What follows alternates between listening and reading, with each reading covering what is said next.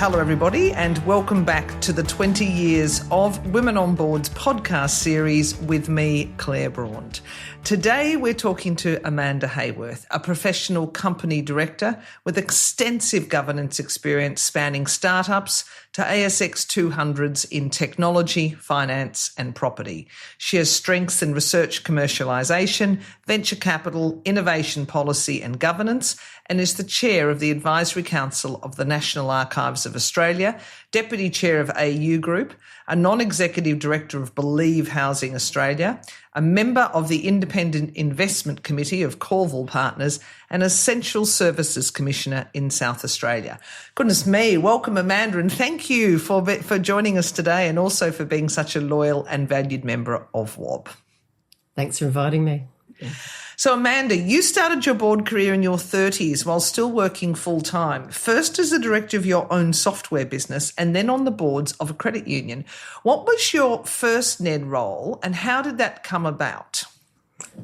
So I'd just taken over running a venture capital fund, and my chairman was a wonderful man called Ian Kowalik, who said, "You'll be a much better CEO if you find yourself an external board, because then you'll understand just how much you need to explain to directors before they can be useful to you." And it was good advice. I had done or was doing the AICD company director's diploma, and I also did actually a precursor to WOB, but some emerging female director training run by Virginia Hickey and Anne Skipper, who are very well known in Adelaide. And that kind of got me into the loop. And completely, I tucked the piece of advice away from Ian, but to be honest, I was learning to be a CEO and all the things that come with that. And I also had a 2-year-old and a 4-year-old and a husband. So, I wasn't busy in any way. When I got a phone call out of the blue from Anne Skipper saying, "I'm on the board of Savings Alliance Credit Union. Would you be interested in that role? You've got some background because you worked in the Federal Treasury." And, she'd met me through the training program. And so she put me up for the board. I went through the process and I was successful. And then it was everything Ian said came true. Sitting on the other side of the table makes you a much better CEO. So which leads me to my next question. What did you learn from being both a full-time executive and a NED at the same time? If possible, find a very, very supportive husband. Good advice. Yeah. I think the delusion of having it all and keeping it all balanced and finding the priorities, I don't think I found that for a couple of years, and maybe I never found it. But it never really worried me very much because I really enjoyed the things I was doing. But you get very good at compartmentalising. You might be a CEO, you might be on the board of a $1 billion organisation, but you still got to get the kids to soccer as well. My husband always says to me, "You are not the CEO of the household." Yeah. And I think it's a fair point. Yeah. But it is very hard just swapping all of those hats, I think, is a really interesting one. You joined WOB in December 2007, at which time you're on several boards, as we've just discussed. But at what point did that switch come, when your NED roles started to take up a greater amount of your time and energy than your executive roles, and you thought, I've got to make this transition to a full-time NED? Yeah. So I actually stayed in that CEO role for quite a long time, a decade. And by the end of that period, I was actually serving on a federal government board that was taking up a lot of time, like a day a week. And And someone helped make me the decision for me, because the owners decided they wanted to wind the fund up. And I negotiated an arrangement where I did that, but I went slowly over time. So I reduced my hours over a period of 3 years. And that's a soft landing that most people don't have the opportunity to get. I also filled in, the time gap, as it were, while I was building the portfolio up in the other direction, by doing some teaching for Australian Graduate School of Management. So I taught product innovation and new product launch and some things that I'd got to know pretty well from launching new software products in the fund. And I loved teaching. I had done it previously and had to given it up when I got promoted to CEO. And I just found that portfolio of a range of interests really suited me. But I think it's also important to say it doesn't suit everybody. Yes, I think that's a fair point. You have to land in the space that makes you comfortable and efficient and effective in all that you're doing. So tell me, once you transitioned pretty much fully to the boardroom, what was an insight about boards and or governance that you only truly understood once you were in the boardroom? Well, I'd probably go back to what I said before about until you've been a non-executive director, I don't think you have a full appreciation of how important it is for management to put the time into educating you and providing enough information for you to be useful, even if you come from the sector. You never know as much about context as they do. And it's really important to me to feel like I do truly understand the context. I understand the business drivers, I understand the personalities, I understand the external forces that are happening, so that we can navigate our way through a strategy that makes sense in that context.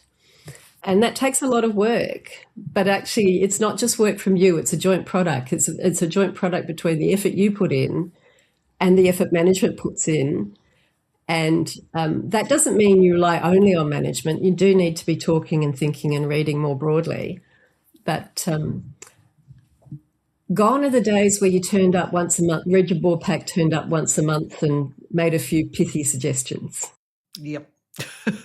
I think all the requirements and regulatory changes, et cetera, have put an end to those days well and truly. And also it's become a much harder and more competitive business space too. So it's much, in a sense, doing business is so much faster. So the decisions are made at pace now, whereas 40 years ago, something that you made a decision about, well, you wouldn't have got an email about it between then and the subsequent meeting. That's true, but I actually did have to moderate my expectations of the speed of implementation when I moved from being on the board of portfolio software startups, where decisions had to be made pretty fast because otherwise you would run out of money. And larger organisations where the process of making and implementing a decision is by nature a longer process. And I always think that there's such a thing as too fast as well as too slow, and it does depend on the decision. Yeah. Nice point. You formerly served on the board of People's First Bank, which of course was the result of a successful merger between People's Choice and Heritage Bank, and in fact proof that scale and competitive advantage are not the exclusive domain of listed shareholder-owned institutions. You also served on the boards of portfolio companies, the Venture Capital Fund, a university commercialisation arm, a cemetery authority, the Commonwealth Innovation Investment Committee, and the ASX-listed Ingenia. A very diverse range of boards in addition to your current roles. So tell me, how do you choose your boards, Amanda? So I can give you a good narrative about why they all hang together, but I'm inventing the narrative after the fact, right? I am a little bit of a generalist in the sense that I think the venture capital training, and probably my MBA as well, gave me the capacity to understand new industries very quickly. And so the defining characteristic that I'm looking for in a board really is I need to think I understand the company and where they're going and really believe their strategy. I need to like the people and think that I'll enjoy working with them and that they'll enjoy working with me. the last thing I'd say is I kind of look at the board and I can see an Amanda-sized hole on the board where I can bring something different that I think would be relevant and useful to the company. The common theme, I think, throughout your varied career has been a focus on developing and executing product and service innovation, growth strategies, and digital transformation. However, one role stands out, that of Ingenia Communities, where you've served for 12 years. What have been some of the highlights of your time with Ingenia? So Ingenia was an interesting story. That came about because there was a sad little unloved property fund in ING, which they wanted to sell. And the CEO, was a guy called Simon Owen, convinced ING that we would internalise the management of the company and create a company and it was already, the fund was already listed. So we internalised management into the fund. So I joined, I think the revenue was 18 million the first year I was there. There were a handful of people in head office, less than 200 people in the whole company. And I stayed on the board for 12 years. And by the time I finished, there was the revenue in my last year, which was 2024, was $452 million in revenue.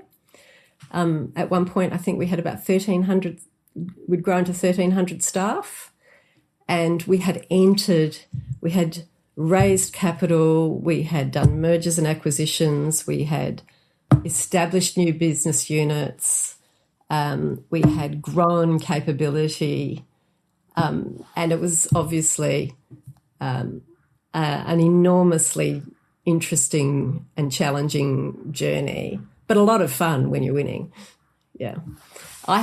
We did have one big success we had more than one, but we had one really fast growth company in the venture capital fund that went from naught to $70 million in less than a year in revenue. And when that happens to you, you think, that's never happening again. And then it did. And Ingenia is the owner of all the tourist parks that you see around as well, isn't it? Yeah, yeah.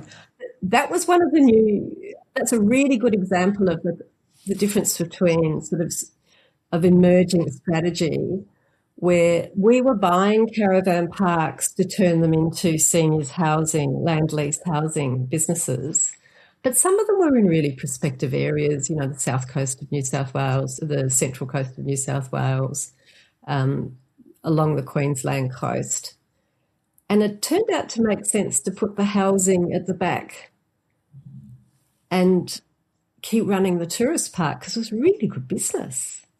And at the time, Discovery Parks was probably the only sort of institutional caravan park business in the country. And there was a really relatively large number of caravan parks run by families that were looking for succession. So it was a real opportunity.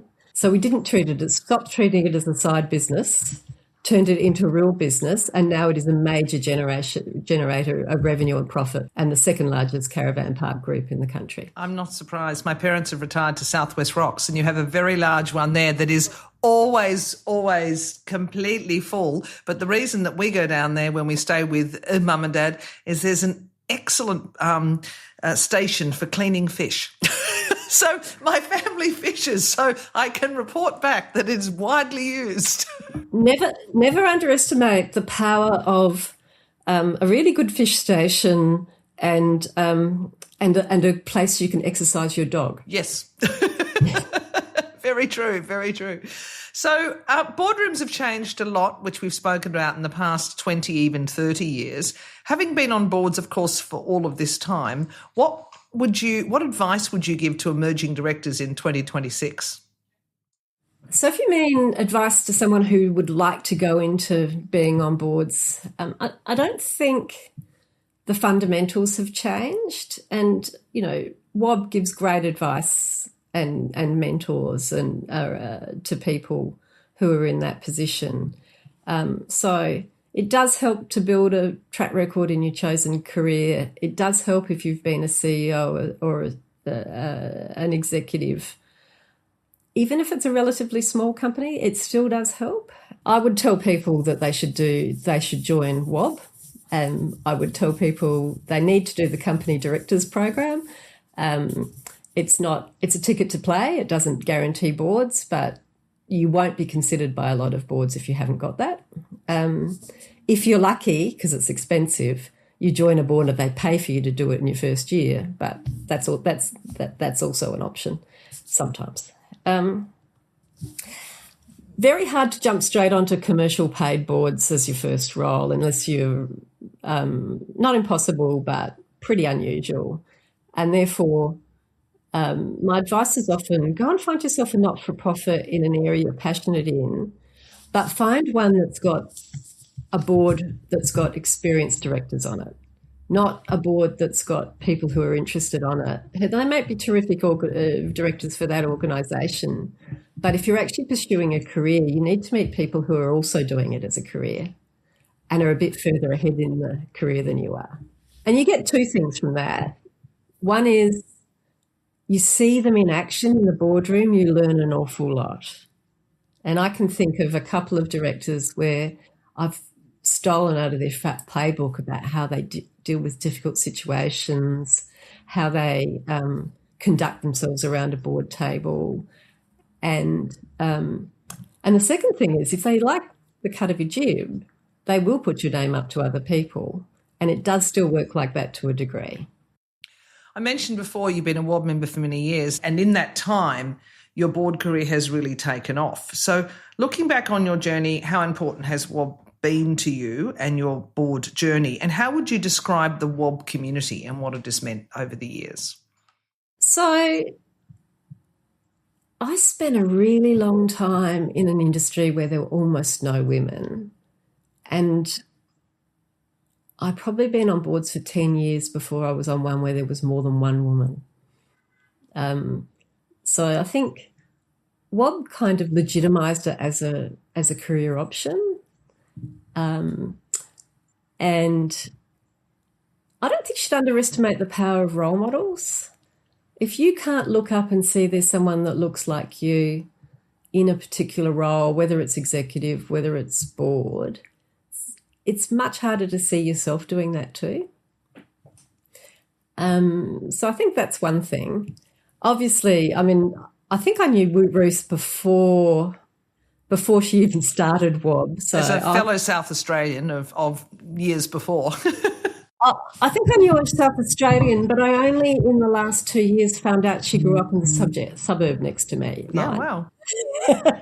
She was in Elizabeth. She grew up in Elizabeth. I was in Salisbury. There you go. My father was a rocket engineer, so I grew up on the base. So I think that's one thing. I did get a specific role that was advertised in by WOB, and I got a little email that says, we think this is matching to you, and I looked at it and I thought, I'm not sure about that, so I ignored it. And then they advertised again and I got the same one. It turned out they appointed a guy called Andrew Kay to the board the first time around, who turned out to be a fantastic guy to work with because I got it the second time around. So I rang the CEO, and after, those 5-minute conversations that go for half an hour, I thought, yeah, I'm going to apply for this one. And that was the cemetery. So I was a director and then later the chair of the biggest sort of premium cemetery in South Australia, which was a really intriguing business. But then if you look at the thread, it's actually a property company with an operating business from a commercial perspective. And where else do you agree to maintain an asset in perpetuity for a one-off payment? We don't. Oh, you've changed that one. No, South Australia is different from the eastern states. We lease. We will sell into perpetuity, but the cost is 5 times as much as a regular lease. Yeah. That makes more financial sense. 2% of the cemetery. Yeah. Some of the other business models, I think, goodness me, I don't know how you're going to maintain that one. I do remember visiting a cemetery in Victoria where they'd built a mausoleum where they'd taken a one-off payment and they were air conditioning it. Oh. I think that could be problematic. I think you're probably right. No, they're very, very fascinating boards, which is interesting. So, so I actually I want to mention one other thing, which is, so apart from the friendship and counsel that I've had from you guys over the year, I would also say not too long ago, WOB was instrumental in me finding and recruiting Ros Hendricks to the commercialisation board. And she's been a fabulous addition to our board. And it's the looking beyond the obvious that leads to the diversity and the capability set on the board that you wouldn't otherwise get. Thank you.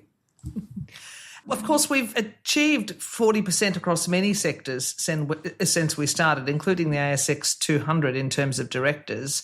And, of course, government's lifted itself. South Australia was always quite good. It and Victoria were outliers, but many other sectors have really, really lifted. We won't talk about beyond the ASX 300 because they're still quite poor, but do you see that as the next frontier, or what do you see as the next frontier as Women on Boards moves to its sort of growing up decade? We're about to hit 21 next year.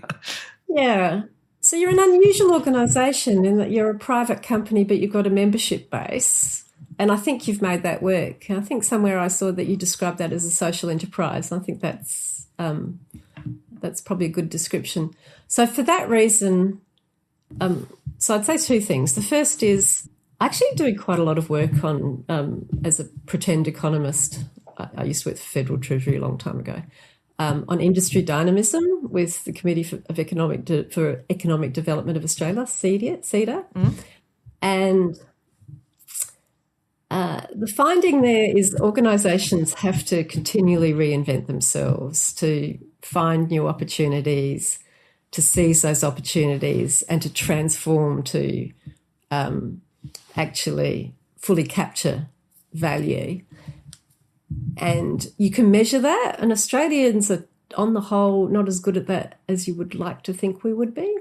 So it's an area, it's actually probably one of the reasons why we have such a productivity problem.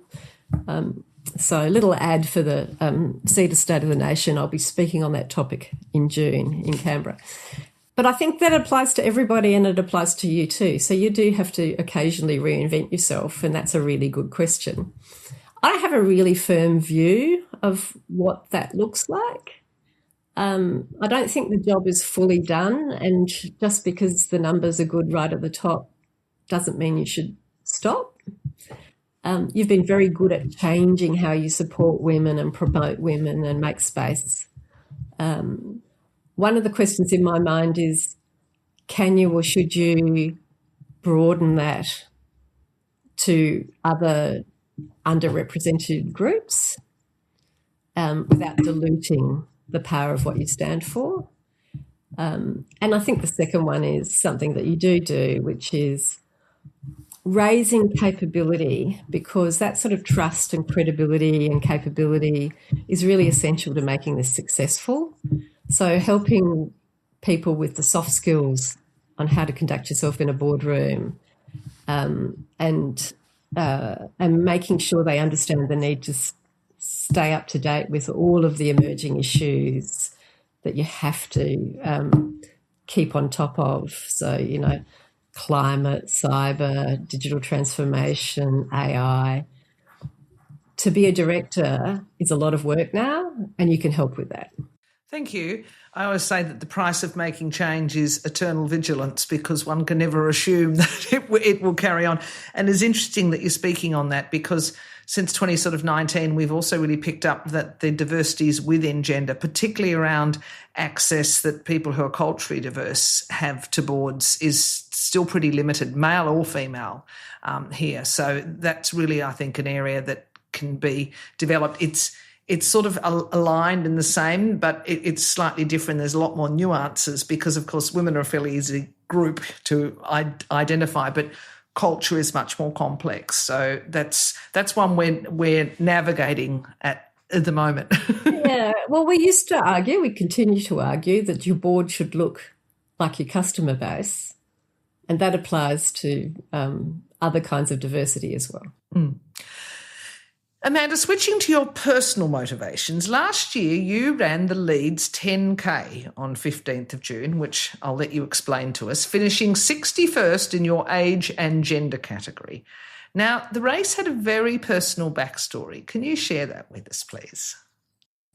Yes. So I went to school with a girl called Jane Tomlinson, who was a failed British migrant. She came out to Australia with her family and her 7 siblings. And they lived here for 4 years and they went back to the UK. And we stayed in touch when that happened. And over the years, our career paths and our lives diverged hugely. But she ended up as a young mother with 3 kids, getting a terminal cancer diagnosis and deciding she was going to do something before she passed away. She was given 6 months. And she managed to last 7 years. And in that time, she did all sorts of extraordinary feats, like riding a bike from Rome to Leeds, riding the length of England, riding across the United States, completing the Florida Ironman, raising money for charity. She ran she became quite high profile. She raised a significant amount of money and her husband has continued that legacy. She passed away in 2007.